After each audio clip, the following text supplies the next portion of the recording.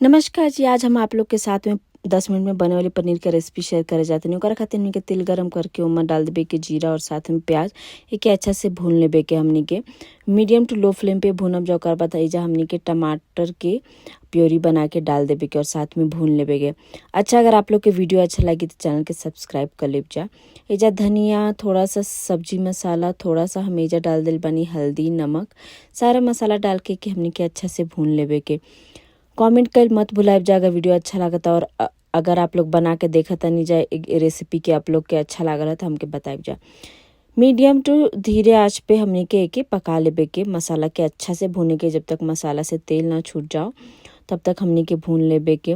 ढक के बीच बीच में चलावत रहे के, नहीं तो बीच में चलावत रहब जा, नहीं तो पकड़ ले। साथ में जा हम डाल दे बनी हरियर और लाल शिमला मिर्च। अगर आप लोग के लाल शिमला मिर्च ना मिले तो आप कोनो बात नहीं खे, खाली एजा आप ग्रेवी के साथ भी बना सकेले। अगर आप लोग के पास शिमला मिर्च मिल जाता तो वो डाल देब जा, हरी चाहे लाल।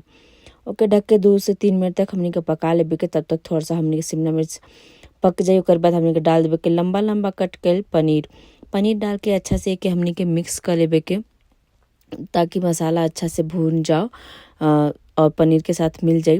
एके पराठा के साथ में, या फिर आप चाही तो एके पूड़ी के साथ में, या फिर ट्रैवल करतनी जा तो ट्रेन खातिर बहुत बढ़िया बा। बनाइब जा और हमके बताइब जा कमेंट करके। चैनल के सब्सक्राइब करब।